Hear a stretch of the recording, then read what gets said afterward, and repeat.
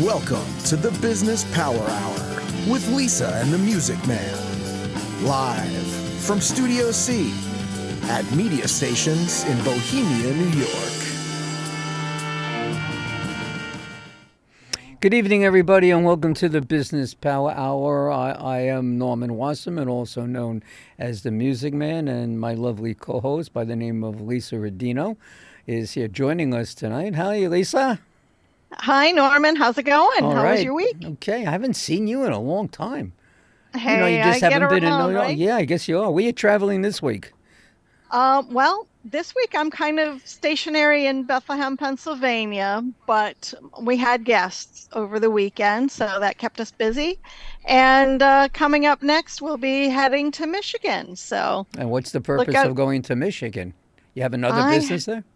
I have some personal business there. We have family there, Okay. and we're going to go check out our old stomping grounds in the Detroit metro area for the first part of the week the week of the 20th.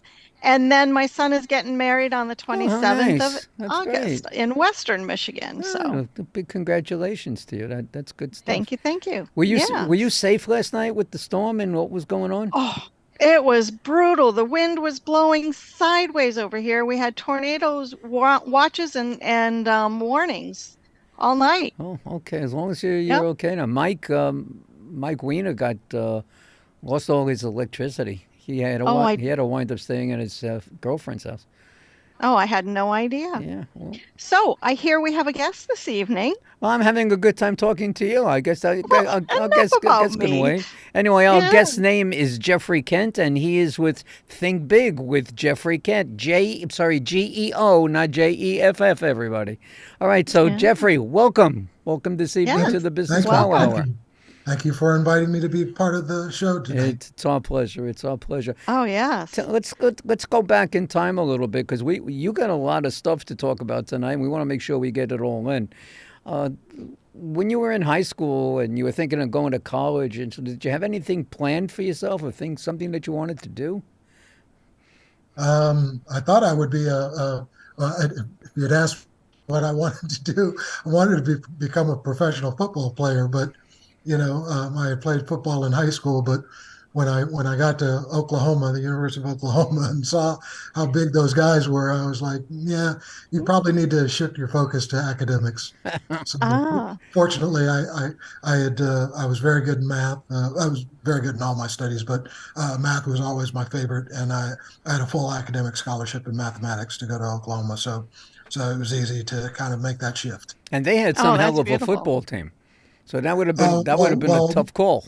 well, my freshman year we were national champions. Yeah. But I unfortunately wasn't good enough to play on that team. Well, it worked out for the Oh, better, I guess. oh So yeah. Your that's good. body thanks you for that, Yeah, I'm yeah, sure. yeah, and my mother and father probably as well. Yeah. Yes, So you went to the exactly. university. I guess you graduated from Oklahoma. Yes, And yes, then you correct. moved on. Did you go for a master's degree or anything? You went right to work. I went right to work. I did get a master's degree, but I actually worked for 11 years, and then decided to go back to school and get a master's degree. But Hmm. first job out of college was actually in sales, working for Xerox. Well, my family was living in upstate New York in Syracuse when I graduated from high school. So when I graduated from college, my dad was in the military in the Air Force, so he retired when I graduated from high school. I'm the youngest of four, and so he retired, from the base in Syracuse. They stayed in Syracuse, bought a house, and so when I graduated, I came back to New York. I didn't go to Syracuse. I came to New York City, and actually lived in Yonkers. And But wasn't Oh, Xerox up in Syracuse? Didn't they have a facility there? They were, but I got my initial my offer out of college was to work in they had an office in Elmsford, New York, in Yeah, Westchester Westchester, County. right. So I oh, got there, reported to work, and they shut the office down 2 weeks after I started. oh So no. so then Really? they transferred me to Oradell, New Jersey, and they gave me my initial sales territory was the five northernmost counties in New Jersey. And I did that for about 6 months. And then they transferred me to Western Connecticut, to the office in Greenwich, Connecticut. That's a And schlep, yeah, I had the three westernmost counties in Connecticut. right? Oh, wow. And And that's kind of remote as far as population. That wasn't overly populated up there either. Yeah, well, Fairfield County, which Well, is, Fairfield is that's nice. Yeah. Stanford, Greenwich, New Haven. Yeah. what Well, division? not New Haven, but What division Greenwich, of Stanford, Bridgeport. Xerox were you in? I was with the Cheshire. So Cheshire. it's Cheshire was um, binding machines, automated mail machines. We had a partnership with Pitney Bowes, so we were reselling a lot of their sorting machines, and then we had binding machines. So if you had a lot of paper and wanted to put it in like a nice neat folder, we had these machines that would take that information and wrap it up nice and neat. What So year were you working for Xerox? What years? I graduated from college in 1979, and I got fired from Xerox in 1981. So yeah, 79 to 81. Okay. I So- what you don't know, and what most of our fans don't know, is that I was in the headhunting business for about 30 years. Okay. And while there, Xerox was a big client of mine. We were when renting of applicants. They weren't. It wasn't even like whatever the term is called now. Then it was called renting. Oh, So okay. we were one of the first to set up a plan with Xerox, and they took hundreds.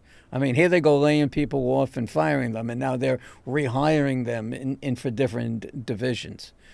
Well, I mean, interestingly enough, my second job was with AT&T, Makes sense. and I got it as a result of being at Of Xerox course, because in 1981, the federal government was AT&T was a monopoly, Yeah.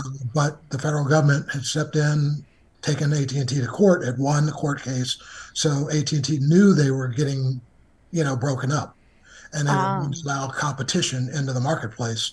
So AT&T actually went to organizations probably like the one you worked at, Hmm. and they were gave them the order of go out and find people who can actually sell, who are trained in world-class sales techniques. And so Xerox had their national training center was in Leesburg, Virginia, close to Oh. Dulles Airport, and they taught all of their salespeople spin selling technique, and which is consultative selling. And so when AT&T was getting broken up, they realized that, in a monopolistic environment, we have salespeople, but they don't really know how to sell because, Right. you just call someone up and ask what they want. Well, and there's give a it to them. different way of selling for Xerox. There's a different way of selling for Yep. AT&T, and each Right. each major company has their own way of doing it. When Yeah. I was teaching sales and been involved in sales, just get the deal. Yeah, yeah, yeah. Yeah. Just And for my industry, you don't want to hire the folks that are at the bank being fed every deal. Right, right. You need someone that's willing to hit the streets and go hustle that's it. Yeah. to get the Yeah. client. Yeah, They don't know how. yeah. Yeah. And they knew that, Yeah. whether it was long distance and you're going to have to deal with MCI or Sprint, or it was, hardware and you're going to deal with Rome or Northern Telecom, the sales forces for these organizations, knew how to aggressively sell. And so Right. if you only had glorified order takers, you're going to get your lunch taken every day. Oh, So, that's Exactly. that's what the They- car industry is famous for, order takers. okay. Nobody Okay. writes up a deal anymore in an auto dealership. They talk to you, they ask you your questions, and then they run like a little scared cat and go get the manager. And then the Okay. manager comes over and tries to close the deal. I noticed that you, when you went for your master's degree, you didn't get your master's in the States. Well, I got accepted. Well, while I worked for AT&T for 9 years, and I was in Manhattan, in a Manhattan office, and then got transferred to Washington D.C. But when I was actually applying to get my MBA, while I was in the process of getting transferred. So by the time I got down to Washington D.C. in 1988, I'd already gotten accepted into the Wharton School of Business. So, and one of the reasons I picked Wharton was they had a really robust foreign exchange There's program. no way to explain what Yeah. Wharton is the top school, so Yeah, yeah, yeah. that's Yeah. self-explanatory. But you did attend Rotterdam, did you not? Yes, yes. I my third semester while I was at Wharton, I went to the Netherlands Right. and studied at the Rotterdam School of Management, which is Awesome. probably Europe's best or Foremost. second best Hmm. MBA program. Yeah. That is wonderful. Now I noticed you have written down here that you had something to do with a little bit with Dr. J. Yeah, so my first job out of Wharton, I worked for Dr. J. That's so So cool. well, the story that got me there was unusual in that. So between my first and second year at Wharton that summer, I interned for an organization called Wharton West Philadelphia Project, which was under the auspices of the Milken Foundation and Michael Milken. And so what Wharton West did was they would hire two MBA students for the summer to provide technical consulting services to companies based in West Philadelphia, where University of Pennsylvania is. And particularly at that time, West Philadelphia was pretty distressed. So you're helping a lot of companies that are based in distressed, very distressed area, and just doing everything from you know helping them figure out what their new company name should be to writing their full business plan. And so I had a client that one of my clients that summer was a construction firm, and so I helped them with their marketing plan that summer. And so summer's over, I go to the Netherlands, and then I come back in December from the Netherlands back to Wharton for my last semester. And the semester starts, I decide to go back into my old Wharton West Philadelphia office just to say hi. And I run into my old boss, and he says, "Oh my God, I've been trying to find you." He's like, Oh no. "I think I have a project for you." So I'm like, "Okay, what's the project?" He says, "So I have a." He said, "The old client you had, the construction company, you know, they have some financials from a company in Chicago that they need analyzed because they're thinking about acquiring this company, and they just need some advice on whether or not they should make the acquisition and why or why not." So he's like, "I think it would be a perfect project. They're willing to pay you a couple $1,000." And I don't think, but by the time he said thousand, I stopped it right there. You were Like, there, I'll take it, right? And so he says, "Okay." So we set up a meeting with my old client. My old boss went with me, and he's telling me, "Hey, we got this project." Da, da, da, da. He gave me the financials and said, "Okay, sounds good." So I went, did my analysis, and the company was really in bad shape. So I actually said, I'm thinking to myself, why in the world would you want to buy this company? Right. This company, the financials are horrible. So I actually said, no, I would not buy this. However, if you were to buy this, here's how you mitigate your risk. Here are the things that I would do to give yourself a probability of actually, transforming this into a success. And so I went back, I presented to my old boss. He's like, "Oh, I love this. Let's set up another appointment with your old client. We'll present it to him." I present to him, he's like, "Oh, I love this." He says, I'm gonna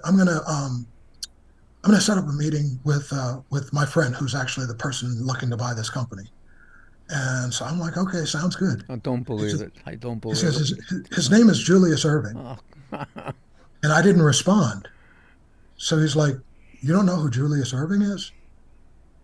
I said, "No." Oh.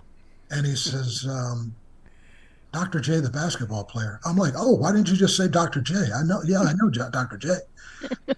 So now he's like, "How in the world did you not know who Julius Irving was?" So I'm like, "I'm sorry." I said, "I'm a military brat. I've lived in New York a lot of my life."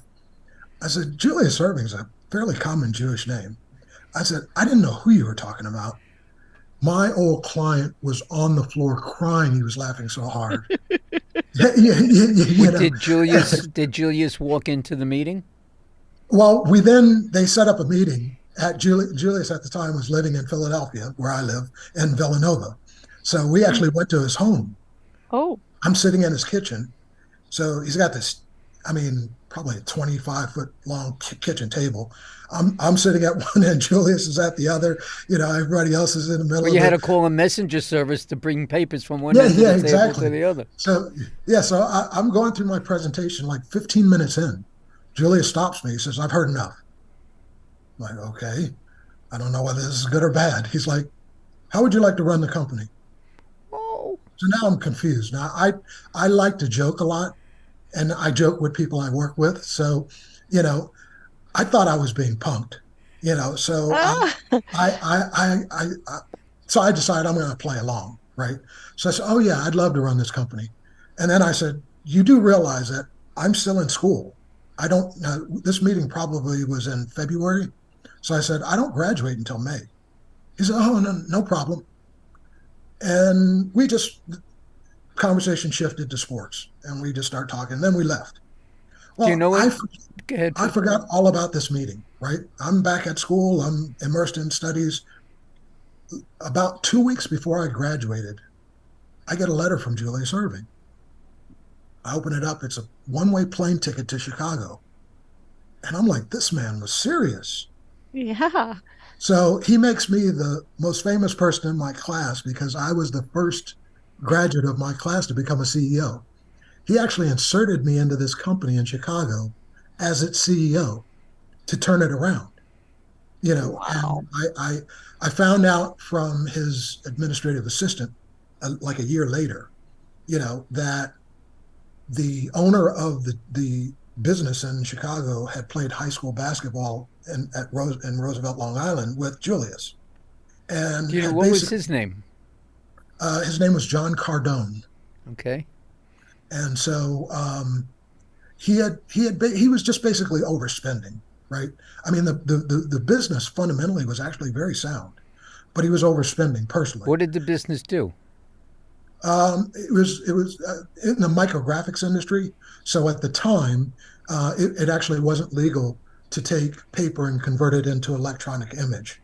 But what they were doing for hospitals, they were taking, so hospitals will retain medical record. Well, they have to retain medical records, Yep. which depending on the state, between 7 to 20 years. Yeah. And they Uh, microfilm everything. right. So they microfilm, they convert it to microfilm or microfiche. Hmm. That's what this company was doing.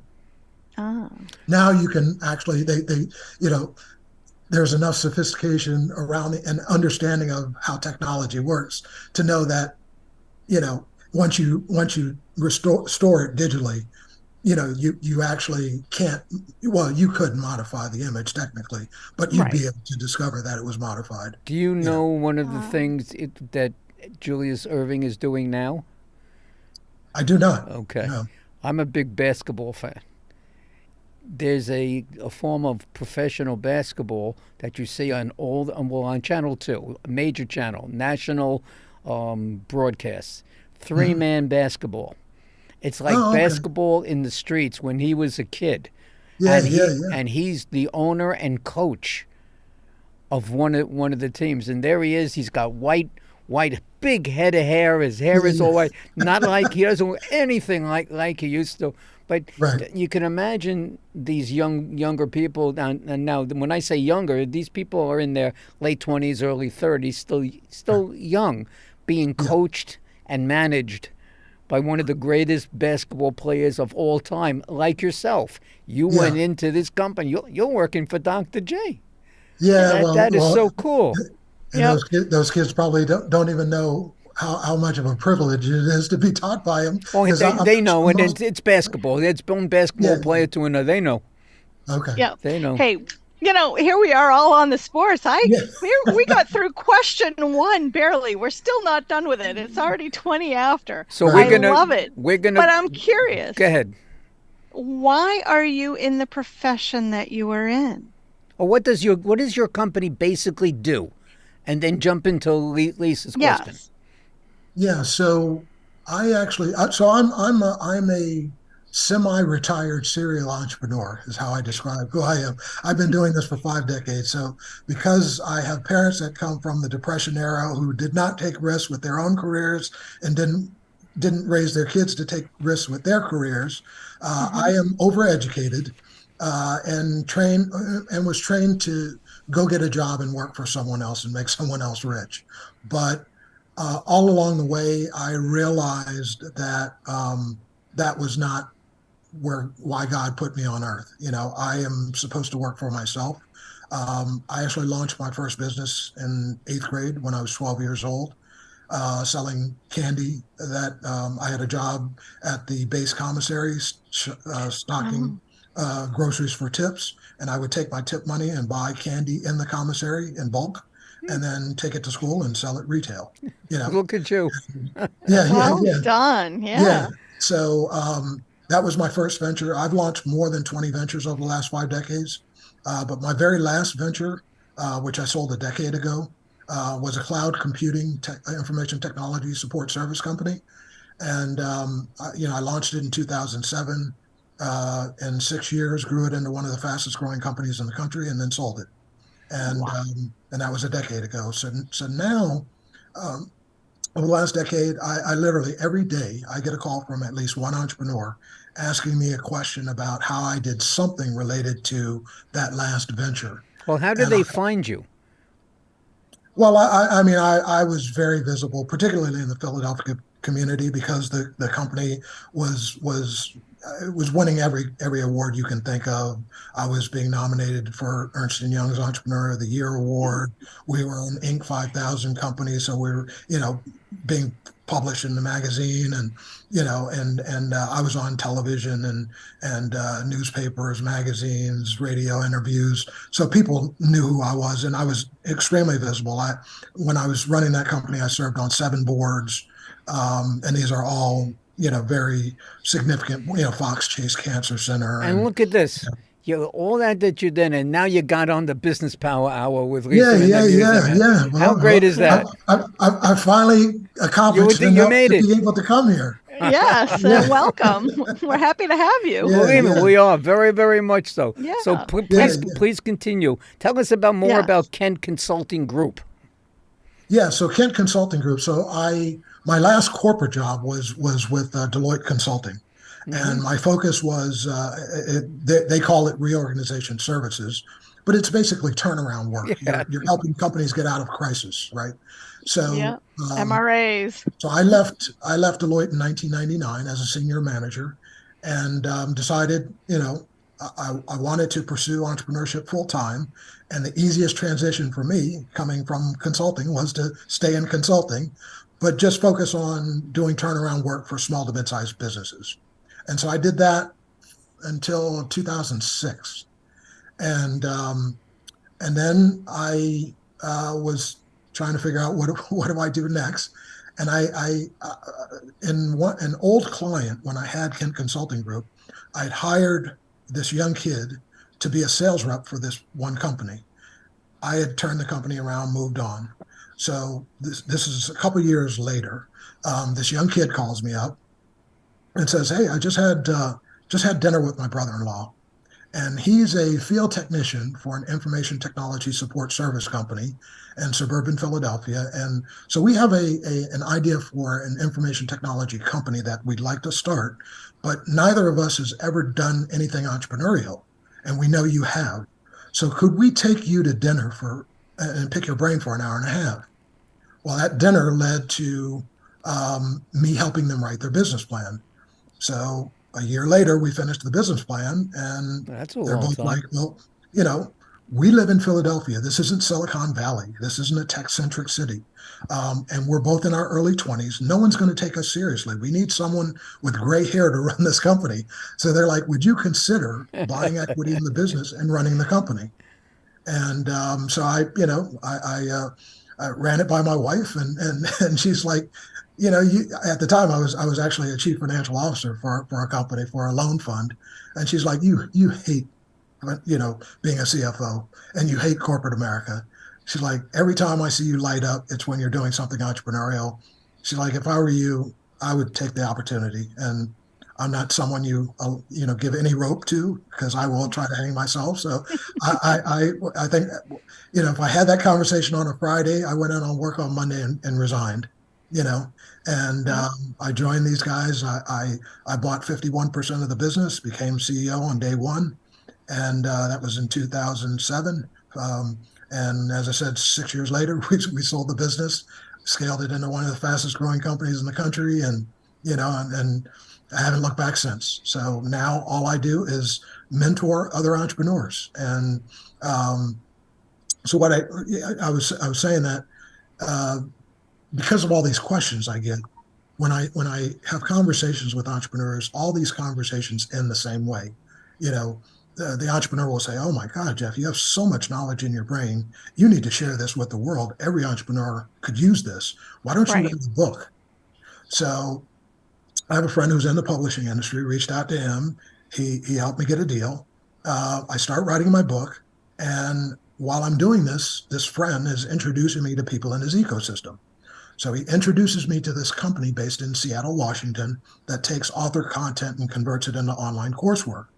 So I have a conversation with the owner of that business, and she says, "Jeff, stop writing your book. Young people don't like to read. They need to be entertained with videos. And oh, by the way, when you create your course, because you're narrating the entire course and have to write the scripts for your narration, you're going to end up writing your book anyway." So I pivoted, started working on my course. I finished it in 2021. I had a focus group take the course in the first quarter of 2022. Feedback I got was, the course is fantastic. We love it, but no one knows who you are, So you need to focus on personal branding. I didn't know what that was, so I just started reading. That's being on the Business Power Hour with Lisa. Yeah, exactly. Well, what I was being told was, based on everything I was reading, was you need to create content and distribute it on social media. So I found this site called Quora.com, which is a question and answer site. And I reached out and said, "Send me everything you can give me on entrepreneurship, startups, and small business." And I actually just started answering questions last year. I answered so many questions. And I was posting content every day, but I only posted literally 20% of the content I created. So my goal this year was, and I was distributing it on, LinkedIn, Facebook, Quora, Instagram, Twitter, Alignable. Great. So if someone wanted to reach you, what's the best way to reach you? To go to my website, which is www.thinkbigwithjeffrey.com, Jeffrey with a GEOFFREY.com, or to reach me by phone. That number is 267-398-2210. Again, that's One more time. 398-2210. So Great. either way, happy to Okay. to help anyone. Okay. And it sounds like you have been helping a lot of folks with, creating a business and selling it in less than 6 years. And what kind of profit was that, I heard? Yeah, it was quite profitable. It was a private company, and I had to sign non-disclosure. Well, I'm a waiver. private So- company. so- You can discuss buying the Business Power Hour for me if you wish. Yeah. We can have a serious conversation about that. Right. But in the meanwhile, because I need to make some money, we're going to do a little commercial break. So we're going to be gone for about 2 minutes because we got a lot more to cover Yeah. with you. A lot more. So stay We tuned, haven't everybody. gotten- We'll be right back. Hi, everybody. My name is Norman Wasserman, and next to me is Lisa Rodino. Lisa and I host a TV podcast show called The Business Power Hour with Lisa and the Music Man. So what does the Business Power Hour do? We are here to talk about you and your business. We will put you on air for 1 hour to highlight your business in front of thousands of viewers worldwide, helping you generate more leads to grow your business. And we do this every Tuesday night at 7 p.m. right here. What are you doing? I'm keeping you on point. My name is Lisa Rodino. I am a commercial loan advisor and broker.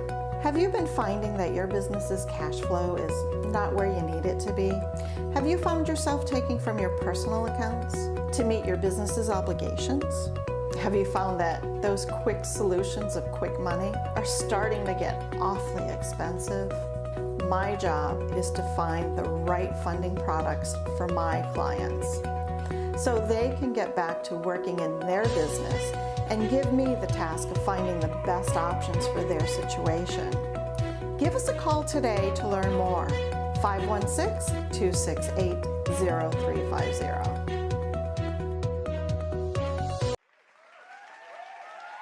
Good evening, everybody, and welcome to Friend Entertainment USA. My name is Norman Wasserman. I am also known as the Music Man. Let me just tell you a little bit about Friend Entertainment. We put on concerts for charities, and we do that everywhere from New York to Las Vegas. We do R&B, Motown, rock and roll, jazz, whatever it is that you wish. Friend Entertainment will deliver the best of the best for you and your charity. Here are some of the names of the talent that have performed with us on our stage. Stevie Wonder, Tina Turner, The Temptations, Earth, Wind and Fire, the one and only ELO, Elton John himself, Kool and the Gang, and the fabulous Donna Summer. Go to our website, friendentusa.com. That's www.friendentusa.com, or feel free to call us at 631-698-9696. 631-698-9696, and we'll see you at the next show. Okay, welcome back to the Business Power Hour with Lisa and the Music Man and our special guest, Jeffrey Kent. Think big. And you've been thinking big for your whole life, my friend. Yeah, well, And you've achieved a lot of that stuff, but we're not done with you yet. We got a lot more that we need to talk about. One thing, before we get into the really meat and potatoes, even more so than we already have, you must have come across a lot of very interesting people and stories in your life. Can you share one of those interesting or two of those interesting situations that you've been in? Yeah, well, I've as a military brat, I mentioned earlier, my dad was in the Air Force, for 21 years, and so I've lived on 4 continents and 10 of the 50 states, and I've said this a couple of times the last couple of weeks on talking to people. I've yet to in life to meet anyone that I can't find at least one point of connection with, So that I thank my parents for that. But in terms of interesting stories, I'll take the working for Dr. J. That's story. interesting. I mean, it was interesting. I would get calls from classmates at school after we had graduated, and we were all in our first jobs almost daily because I was dealing with daily crises, and so people would always call me and what's going on today, and so I had a scenario where one week we had payroll that week, but we didn't have enough to make payroll, and I get a call first thing in the morning from one of our offices saying that the U.S. Marshals were there not letting them in because we owed back taxes, and I had just started there, so I'm like, okay, well, what do I do? So I'm going through the finances and saying, okay, well, I can pay the IRS, but I can't meet payroll. I can meet payroll, but I can't pay the IRS. And if I don't pay the IRS, my people don't get in this one facility, and we lose all the productivity until we can pay, and which negatively impacts our ability to generate revenue, because we can't do any work for clients in that office. So the decision I decided to make was, to pay the IRS. So I went to the bank, got the check, went to the IRS office, paid the IRS, had virtually nothing left to make payroll. Fortunately, it was early in the week. So, I had a management meeting and I said, okay, everybody get on the phone. I don't care what your position is, get on the phone with customers. Here's what's owed us. We need to collect this money as quickly as possible, and fortunately, by the end of the week, we had enough money to pay all non-management staff. I issued checks for management, but asked them to hold it until we had enough money to cover it. And within, I think, maybe another day, we had actually gotten enough to pay everyone. So it ended up working out, but that's everybody wants to run a business. Yeah, not the Eh, problem I wanted to confront a couple weeks into a job. And everybody thinks first time because was you own a business, that means you automatically make money and there's no problems. yeah, Yeah, and the yeah. Yeah. converse, Yeah. it'll And keep you lived it. You lived it'll keep you up that at night. paycheck to paycheck. And, you mentioned here about the percentage of businesses that fail in the first 2, 5, and 10 years. Mhm. It's crazy, but you've experienced it. Oh yeah, yeah, yeah, Yeah. absolutely. Yeah, as I said, I've launched more than 20 ventures over 5 decades. Yeah. Every venture I launched failed up until this last one. Every corporate job I had, I got fired from. So at a certain point in life, I realized nothing was working. I needed to do something radically different, and God sent me this opportunity Yeah. to start a brand new business. What I did differently was I leaped into entrepreneurship full time. I walked away from corporate America. The second thing I did was because this was post MBA, I actually went back to one of my majors. I triple majored at Wharton, but one of my majors was in entrepreneurial management. So I was fortunate enough to have taken 5 courses from 5 different professors. And I actually went back to Penn's campus and sat down with those 5 professors. And I said, I have one question for each of you. It's like, if you could give me one piece of advice that if I implemented it would maximize the probability I'd succeed in this venture, what would that advice be? And so I had 5 incredible conversations. Every professor gave me a list of books they wanted me to read about scaling growth. I took the time, read all the books. By the time I finished the last book, it occurred to me it was like I had read the same book over and over and over again. Successful entrepreneurs say they do the same things to succeed. So I jotted down all these repetitive themes I was hearing. And so when we launched this tech business, I said, I'm going to infuse all these things into this business and see what happens. So I did that. Everything worked, And so now that's what I teach entrepreneurs. It's successful entrepreneurs do the same things. For instance, when I teach a 6 sessions of these attributes that you infuse into a business to make I'm it going successful. to interrupt you for a second Sure, because sure. where you're going right now is where we want to go when we put Okay, up your okay. website. Yeah, no All right, problem. so when we're just going to hold that just for a second, and then we're Not going a to get problem. to it. Where do you provide your services? Is it just nationally or is it internationally? It's internationally. Yeah, I'll work with anyone. As I said, I've lived in Asia, I've lived in Europe, I've lived in the Middle East, and I've lived in North America. So I'm very comfortable with anyone, anywhere. I don't care what your religion, nationality, creed, color, whatever.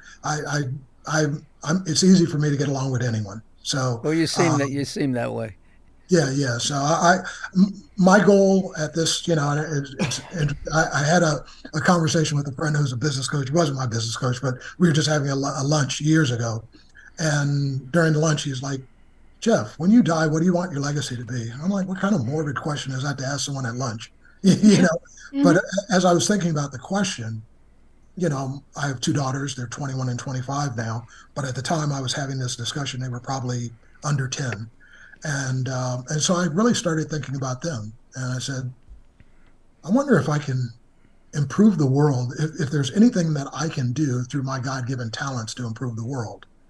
And so then I started thinking about what issues might impact my daughters that I would try to impact. And I immediately came to, poverty and crime and said, I wonder if, God put me on earth to be an entrepreneur. I wonder if entrepreneurship can solve these problems, and then realize that it actually can. And so my goal has been to encourage people that come from communities disproportionately impacted by poverty and crime to take up entrepreneurship, and I want to help train them so that they understand how to responsibly scale exponential growth in their businesses, hopefully to get to at least 10 million or better. Because on average, you're going to hire 10 people per $1 million in annual revenue. Well, that's So going to come up real soon. We're still you're going there. okay. You're going there, so it's good. Sorry to get ahead No, of that's you. all right. Yeah. Is there anything that you would do differently than you've done? No, I actually wrote a blog post about this a couple of weeks ago, where I asked kind of people that would read the blog post the question of, if you could turn back the hands of time, what would you change? Then I answered the question myself, and I said, I actually wouldn't change anything. It's good. Everything happened for a reason. I've been able to leverage everything I've learned, good and bad. The only thing that I wish, if I could turn back the hands of time, is that I understood what I understand now. And, I wish I knew, how to actually understand what I was learning when I was learning it. Because I used lessons from that I learned when I was 20, or when I was 12. I just didn't understand what I was being taught when I was being taught it, right? So I wish I had the knowledge I have now then, so that I could actually have taken advantage of what I was learning while I was learning it. Last question before we jump into where we all want to go. All right. Aha moment. Do you have one? Aha moment. The biggest one of your career. Which one was it? I told you I could do it. We silenced him. Yeah. I'm trying to think of what would be the aha moment. Do you want to come back to it? Yeah, let's come back to that. Okay. All right. So what advice would you give someone thinking about starting their own business today? Oh, actually, can I go back to that last question? No. Yes. No. Yeah. No, wait. Go right ahead. Well, I can answer that through it was not how a moment for me, but I observed it in someone else, right? And then that helped me understand my purpose, right? So I remember, unfortunately, I lost my wife 2 years ago to heart disease, but Sorry.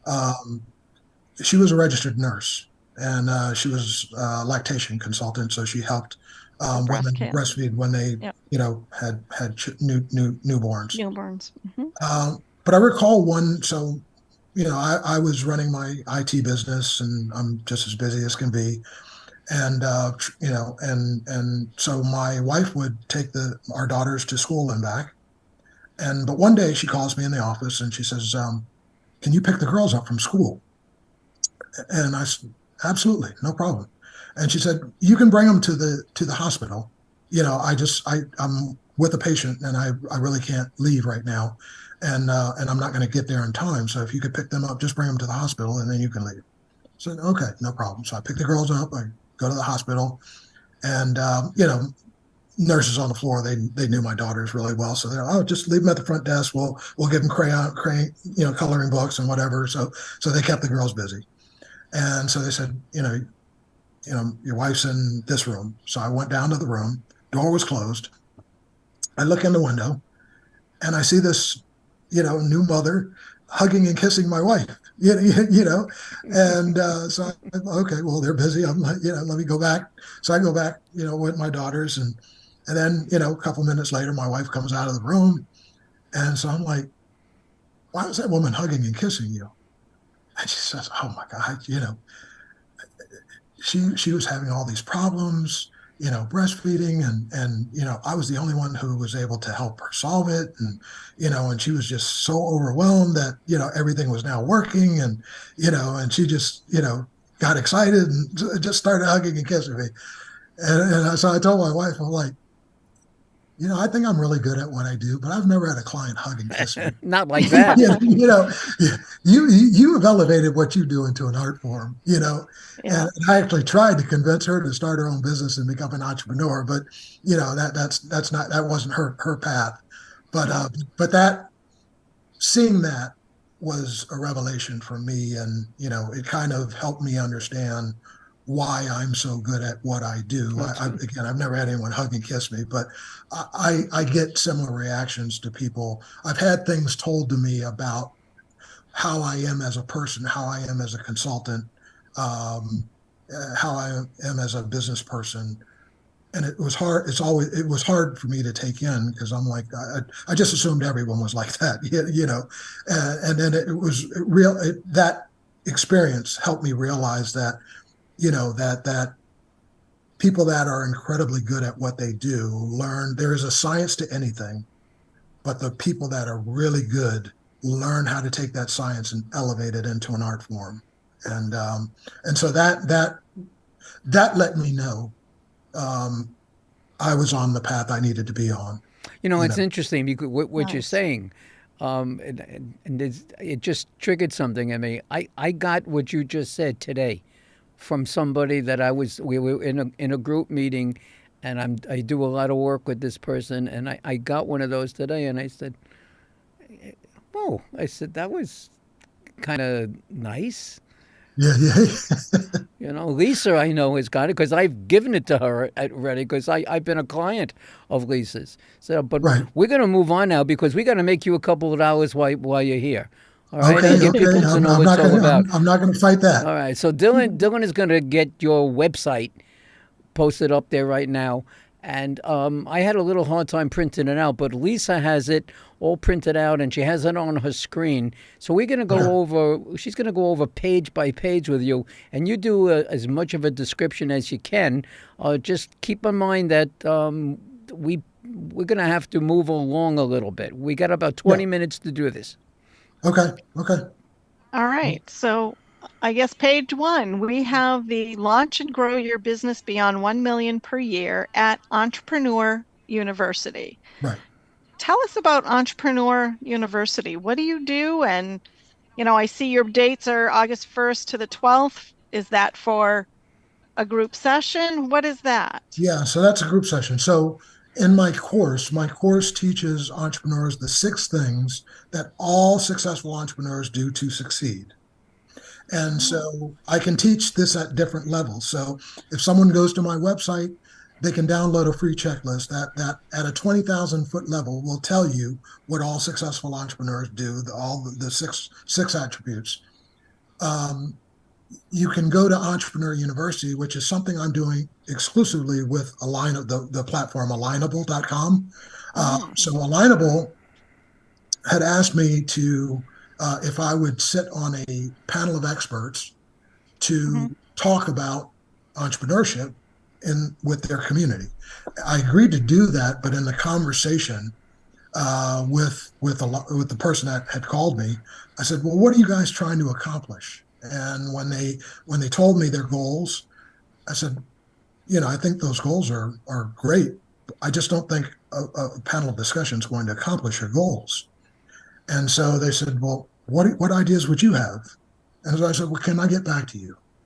And so probably a week later, I gave them a 1-page outline for what is now Entrepreneur University. And it was, through a series of 6 workshops, I can teach what I teach in my course at a 5,000 foot level for free, And so that's what I do. I actually just had a session tonight. So what you see now, I'm doing it for a group on Alignable that's called the Coach Connect Hub Group. The leader of that group is in Calgary, Canada, and so they're all all the sessions are done via Zoom, but people are all over the country. Canada and Alignable is only in Canada and the United States right now. So, but people are all over the country dialing in, and I in 60 minutes. Take the first 15 minutes and teach them what they need to know about whatever that week's topic is. Tonight, we were talking about laser focusing on a niche target market you can dominate, so that you develop name recognition, so that once you begin to expand outside of your niche target market, it's easier to get people to listen to you because they've heard your name before. Interesting. And so. So I'm teaching to that group for the next 6 weeks. I've got another group that I'm going to start with on Wednesday of next week. I actually finished with the first group that beta tested this concept 2 weeks ago. Jeffrey, let me ask you a question as you're going along, because I want people to know this. How do they sign up for these courses? Well, so they can in order to register, they have to be on Alignable as a member, which is free. Right. But once they're a member of Alignable, then they can they'll be able to search for events and see this event and then register for it. Now, if they're not on Alignable or don't want to register for Alignable, they could reach out to me directly using, through my website. Well, why don't you give your phone number and your website again while we got Sure. you here? Yeah, so the website is www.thinkbigwithjeffreykent.com. Jeffrey is spelled Geoffrey. Phone number is 267-398-2210. Again, that's 267-398-2210. And if they reach out to me directly, when the night of the event, I can send them a link to the event where they'll be able to participate without signing up for Alignable. But again, Alignable's free, so there's really no. Yeah, it's a great organization for Alignable. Yeah. Yeah, it's a good group. Now I see you have an ebook as well. Think Big Questions and Answers. Yeah. So I'm kind of allowing my customer base to tell me where they want me to go, and I mentioned earlier that I had been developing all this content for Quora, but I only posted like 20% of my content. But I had a speaking engagement back in January. It was a conference that was being done by Zoom, and actually I think the organization that was hosting it, they're based in Baltimore, Maryland. But I was asked to keynote speak on one of the nights. So after giving my speech in the question and answer session, someone in the audience reached out to me in the chat of the Zoom call and said, hey, you talk about creating all this content on Quora. Are you monetizing your content? And so I'm going back and forth with this person. I'm like, what are you talking about? And he's like, well, if you're on Quora, they tell you how many people view your content, right? Yeah, absolutely.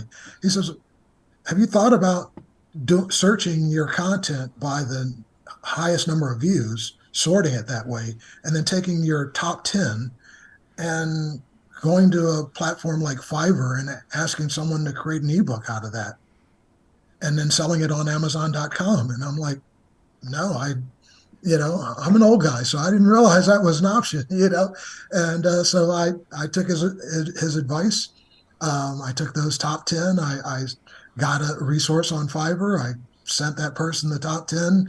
They created an ebook, and that's what's now there. And I've got so much content. My intent is I've already got the content for 49 more ebooks. Oh goodness, 49 more ebooks. Yeah. Now, do you have any upcoming events that you'd like to share with the audience? Yeah. So as I said, with the Coach Connect Hub group on Alignable, I just taught tonight. So it's 4 p.m. Eastern Standard Time every Tuesday. I taught session 2 of my 6-part session. So we're actually taking a week off next week. I won't be teaching, but the following Tuesday, and I guess if today is the 8th, that would be the 22nd. But Jeff, if the session number 1 was obviously already done, right? Already done. All right. So if people want to join, is there a way for them to pick up on number 1 and then catch up? Actually, they could see all 6 of these sessions, and because I have a YouTube channel. So if they go to YouTube and just type in "Think Big with Jeffrey Kent," they'll find my channel. And then on that channel, if they just click on the videos tab, because I've already taught Entrepreneur University once to a beta group, you can watch all the videos for all 6 sessions for that beta group. And again, what I do, so the format for these is they're 60 minutes each week. The first 15 minutes, I teach you what I think you need to know about the topic for that week. The next 15 minutes, I take an audience member, and then I actually show them how to implement what I've taught in their business. And then the last 30 minutes is question and answer. And so just to forewarn your audience, the question and answer period tends to be so robust. Our question and answer sessions have, even though they're slotted for 30 minutes, have gone on 60 minutes. And then we've been forced to cut them off. I'll actually stay as long as people want me to answer questions, but all the technical staff behind me is like, okay, Jeff, we want to go home. So I know that feeling. Yeah. Yeah, we're getting close to that tipping point too, and our team is going to want to go home too. Yeah, so these videos are going to be anywhere from probably 50 minutes. They're edited, but even with that, they're going to be from 50 minutes to some of them might be like 80 minutes long. Your website is really very, very well done. Thank you. Yes. It's nice and wish I could take clear, credit and for it, but- it's just really well done. Yeah. Yes. Well, I have great help. I have a great branding person that I rely on. His name is Victor Felix. He's based in Orlando, Florida, and he's been a godsend. Who was that lady that we saw? Dylan, could you go back a little bit? Who is this lady? Oh, this lady right here? Yes. The blonde-haired lady on your screen, Jeff. Oh, that's Dawn Hunter. She's actually when I was talking about. So she's based in Seattle. She's the company. She is the person that actually helped me, help guide me in designing my course. So it's all my content. But she showed me how to create an online course.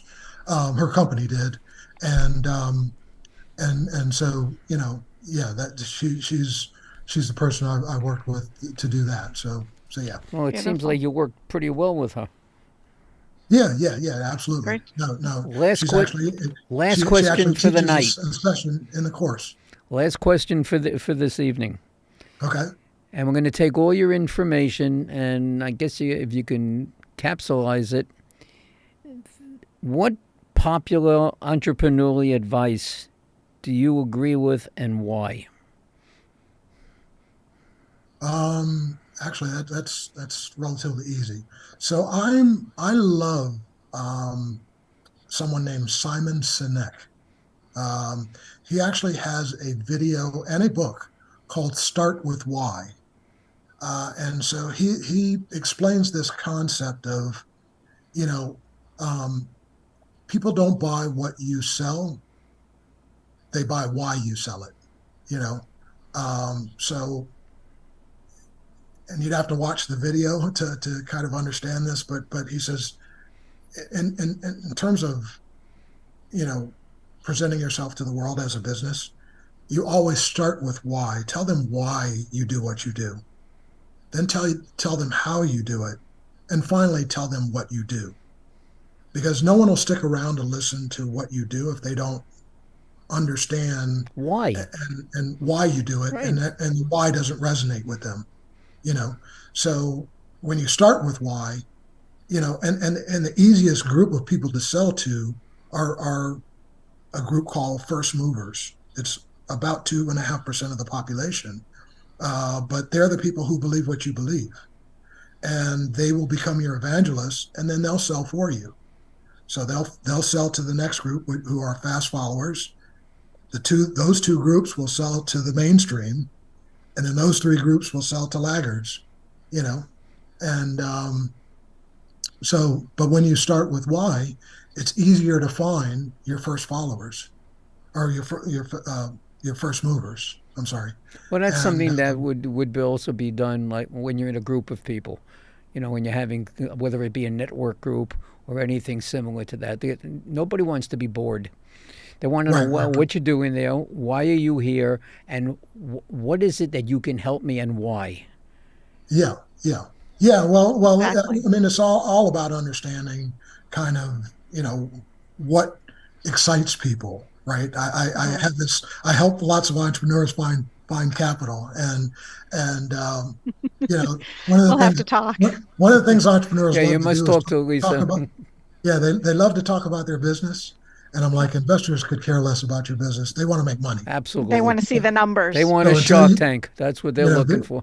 Yeah, they're not listening to what your business is until you can convince them they can make the return Money. on investment. Well, they want. everybody has listened to you tonight, and Lisa and I both want to thank you very, very much for being here this evening. We also Yes. have beat the hour. So, we're over the Yep. hour. So that's really, really good.